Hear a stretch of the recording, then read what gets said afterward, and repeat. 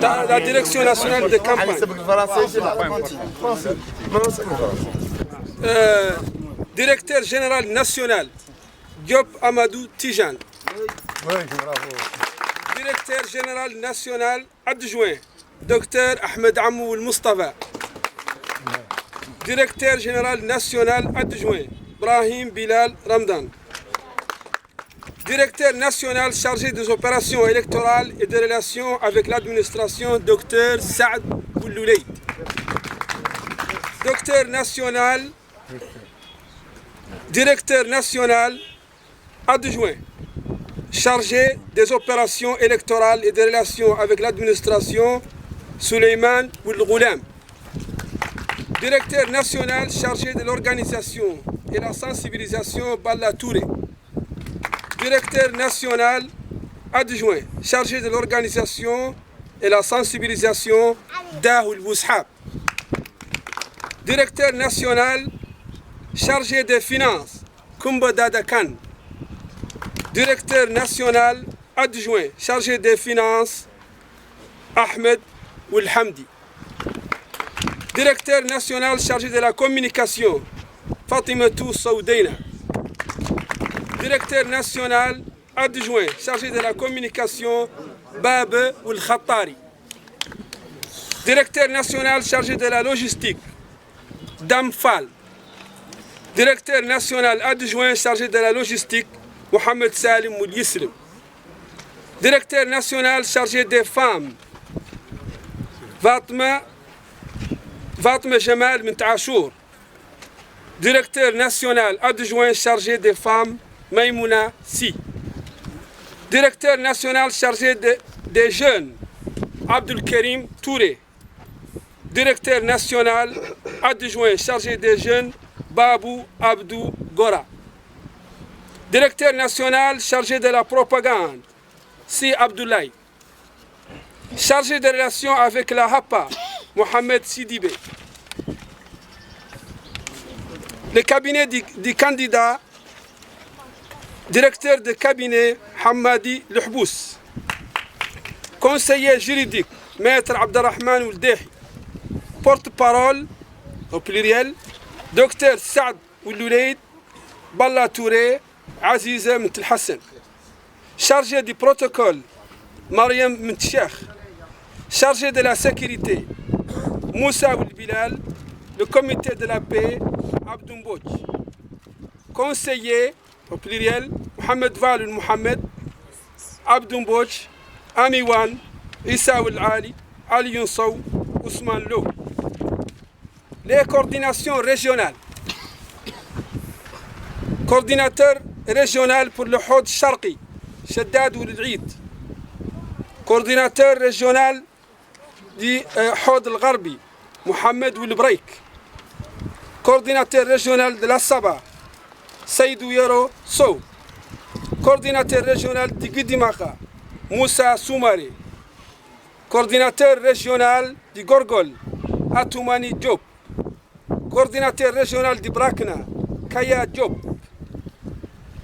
Coordinateur régional d'Itaga, Mohamed Ouldati. Coordinateur régional de Trarza, Dahoul Ibrahim. Coordinateur régional de l'Inchiri, Yacoub Oul Yacoub. Coordinateur régional de l'Adra, Cheikh Baba Diallo. Coordinateur régional de Tir Zamour, Sidi Abdallah Oul Hediye. Coordinateur régional de Dakhel Tenouadibou, Mohamed Oul Bilal. Coordinateur régional du district de Nouakchott, Tourad Oul Zaid, son adjoint Ousmane Anne. Ira Mauritanie a lancé sa campagne pour les présidentielles contre la féodalité politique et la mafia de la Gabéji qui soutient le président Mohamed Abdelaziz. Donc nous avons décidé et nous nous sommes engagés pour cette bataille historique, pour cette bataille de rupture de la Mauritanie avec la Gabéji, avec l'injustice, avec l'esclavage, avec le racisme, avec les dissensions ethniques, avec le non-droit.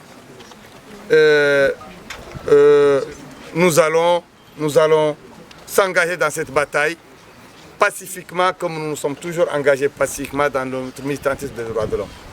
Nous réitérons ici que notre seul adversaire dans cette bataille, c'est Mohamed Abdelaziz. Aucune autre partie n'est notre adversaire. Nous n'avons d'adversité contre aucune autre partie. Et nous appelons les tenants de ce pouvoir à compétir par les règles du jeu. Que nous sommes vigilants et que nous sommes décidés à n'accepter aucun manquement aux règles du jeu, aucune fraude, aucune irrégularité. Nous nous dresserons contre cette irrégularité. Par notre corps, par nos âmes, par notre sang, nous n'accepterons pas la fraude, nous n'accepterons pas la malversation. Direction de campagne du candidat Biram Da Abed. Communiqué de presse. Nous avions décidé depuis 5 mois au sein du mouvement anti-esclavagiste de présenter un candidat aux prochaines élections présidentielles. Cette décision a été prise à un moment où ni les conditions de ces élections ni la nature de la participation au scrutin n'étaient encore connues. Après cette décision, nous avions organisé des visites à l'intérieur du pays qui nous ont permis de rencontrer les populations des régions du Sud, Trarza, Brakna, Gorgol et le Guidimacha, mais aussi celles de Dakhlet Noisibou et du Tiris Zemmour. Nous avons pu aussi collecter les avis de nos militants qui habitent les régions restantes. Le but de cette vaste consultation était de prendre le pouls des populations du pays et des sympathisants d'IRA à propos de notre décision prise le 28 janvier 2014 de participer aux élections. Les résultats avaient conforté notre décision. Notre participation n'est mue ni par l'amour du pouvoir, ni par aventurisme politique, mais uniquement par notre souci de participer à l'enracinement de la démocratie et à son ancrage comme seul moyen de dévolution du pouvoir dans un pays où la magistrature suprême n'a jamais, jusqu'ici, été conquise par l'unique recours aux urnes. Ainsi, avions-nous présenté la candidature du président d'IRA, M. Biram Da Abed, lauréat du prix de l'ONU pour les droits de l'homme 2013 et récipiendaire de nombre d'autres prix et distinctions internationaux dans le domaine de la lutte pour les droits de l'homme. Le dossier de candidature de Oulabed a été validé haut la main par le Conseil constitutionnel, et ce, au nez et à la barbe des forces rétrogrades. Avec cette validation par le Conseil constitutionnel, IRA et son président, après s'être imposés sur la scène internationale, viennent de faire adouber par la plus haute instance juridique et institutionnelle en Mauritanie, en dépit des campagnes successives de dénigrement et de diffamation auxquelles ont été prêtées toutes les tribunes politiques et médiatiques, depuis les perchoirs des mosquées jusqu'aux journaux officiels, en passant par les radios et les télévisions, y comprises privées. Cependant, un certain nombre de nos dirigeants, notamment parmi ceux qui résident à l'étranger, nous ont alertés sur la nécessité de marquer une pause dans notre démarche de candidature pour réexaminer, à la lumière des conditions réelles dans lesquelles la campagne va se dérouler et étant donné le caractère unilatéral de ce scrutin, les garanties de transparence et d'équité qui nous sont offertes. Étant donné les rumeurs de tractations secrètes entre différentes parties, tractations dont nous semblons être écartés, et ce malgré notre statut de partie prenante aux élections, qui ne seront d'aucune sorte un obstacle devant un éventuel consensus, et étant donné la décision de boycott des élections de la part d'un pan important de la classe politique, nous avions décidé, dans une conférence de presse organisée le 14 mai dernier, de marquer une pause et avions désigné une commission chargée de rencontrer les différentes parties prenantes au jeu électoral et de nous rapporter des informations plus précises qui nous permettraient de fonder notre décision de continuer ou pas notre démarche. Aujourd'hui, après la remise du rapport de notre commission de suivi, nous voudrons présenter à l'opinion publique l'évaluation partielle suivante. Il est dorénavant manifeste que le régime en place n'a aucune intention d'assainir les règles du jeu démocratique et ce, par pure crainte d'être la première victime de l'honnêteté et de la transparence du scrutin.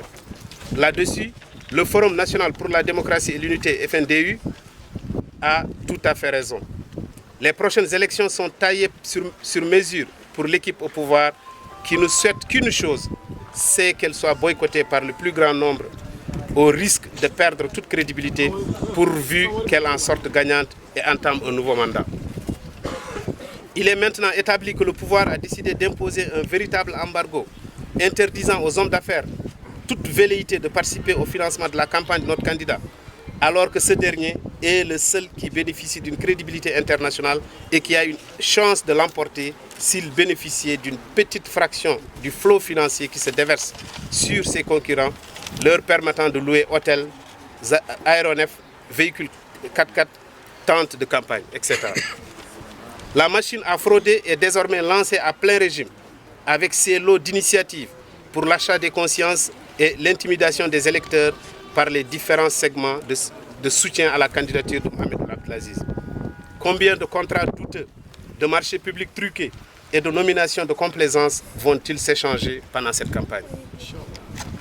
En dépit de tout cela, nous nous trouvons obligés, par fidélité aux engagements pris devant nos militants de région, et pour mieux pouvoir dénoncer les basses manœuvres du pouvoir, de maintenir notre candidature et ce temps qu'il y aura le moindre espoir d'y parvenir. Nous obligerons le pouvoir à se dévoiler et à travailler à mettre à nu ses manigances. Nous continuerons à servir de grains de sable dans cette vaste machinerie et nous resterons disposés à en payer le prix. C'est à ce propos que nous demandons à l'ensemble de nos militants et sympathisants de continuer la résistance et de travailler à traduire nos victoires dans le domaine des droits de l'homme et nos démonstrations de ferveur populaire en voix exprimée dans les urnes en faveur de notre candidat et contre le candidat de la corruption des consciences, de l'hypocrisie et de la dépravation. Nous engageons nos militants à poursuivre dans cette élection avec nos propres moyens, humbles, limités, mais qui nous ont toujours amenés à nos buts sans compromission. Bien des peuples frères ont su se débarrasser de leurs despotes jusque-là réputés indéboulonnables, tels les Sénégalais Abdoulaye Wade et les Ivoiriens Laurent Gbagbo et bien d'autres. Avec tous, nous y arriverons. Rang commun.